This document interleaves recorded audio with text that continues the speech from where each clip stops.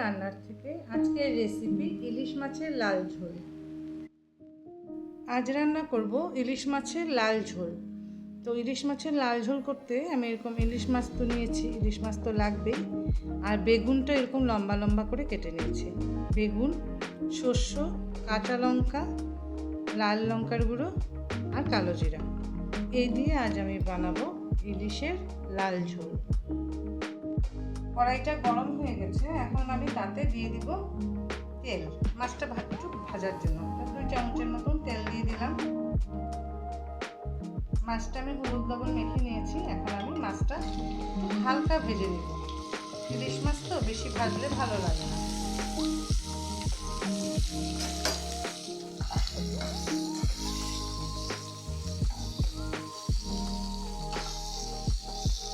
একটু হালকা ভেজে নিই। মাছটা হালকা ভাজা হয়েছে, এখন আমি মাছগুলি তুলে নিই। বেশি কড়া ভাজবো না, এটা হালকা হালকা এই ধরনের ভাজা। এইভাবে আমি মাছগুলি তুলে দিলাম।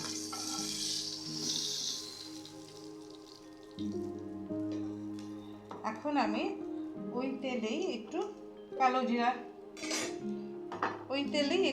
জিরা দিয়ে দিলাম, ধরো আধা চামচের মতন। আর আমি যে বেগুনটা নিয়েছি, বেগুনটা আমি এরকম হলুদ লবণ মেখে নিয়েছি, তো বেগুনটা একটু ভাজবো।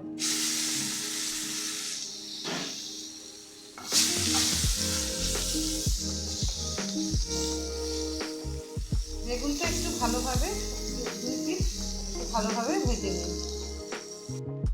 বেগুনটা ভাজা হয়েছে, এখন আমি তাতে দিয়ে দিব তরকারির যতটুকু দরকার পরিমাণ মতন হলুদ, আধা চামচের মতন হলুদ দিয়ে দিলাম। আর দিয়ে দিব ঝালের জন্য আধা চামচের একটু বেশি লঙ্কার গুঁড়ো।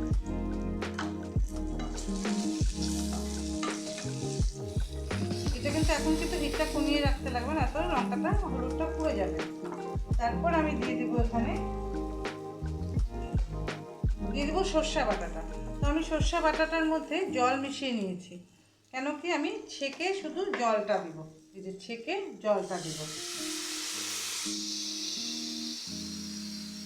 আর এত গরমে যদি ইসে খাই আমরা, সর্ষেটা যদি যায় তো কখনো পেটটা গরম হতে পারে, এর জন্য সর্ষের গুঁড়োটা দিলে পেট গরম হওয়ার আর চান্স থাকে না। আমি ছেঁকে পুরো সর্ষের গুঁড়াটা সেটা জলটা দিয়ে দিলাম। এতটুকু পরিমাণ দিলেই হবে। দিয়ে ঝোলটা ফুটুক, তারপরে আমি মাছটা দিয়ে দেব। ঝোলটা ফুটে উঠলো, এখন আমি তাতে স্বাদ মতন লবণ দিয়ে দেব। স্বাদ মতন লবণটা দিয়ে তো এখন আমি মাছগুলি দিয়ে দেব। দিয়ে একদম লো ফ্লেমে মোটামুটি ধরো 5 থেকে 7 মিনিট আমি এটাকে ঝোলটাকে ফুটতে দেব।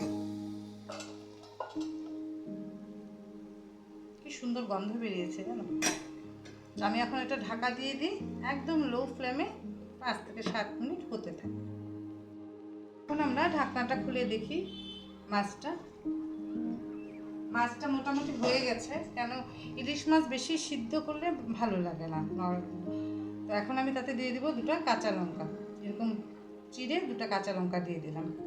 আর দিয়ে দিব 2 চামচের মতন কাঁচা সরষের তেল দিয়ে আমি গ্যাসটা অফ করে দিলাম। এই আমাদের হয়ে গেল ইলিশ মাছের লাল ঝোল। তো গ্যাসটা এখন অফ করে দিই, দিয়ে ঢাকা দিয়ে রেখে দিলাম 2-3 মিনিট স্ট্যান্ডিং টাইম থাক, আর কাঁচা লঙ্কাটা একটু ভাপে ভাপে গন্ধ বেরোবে।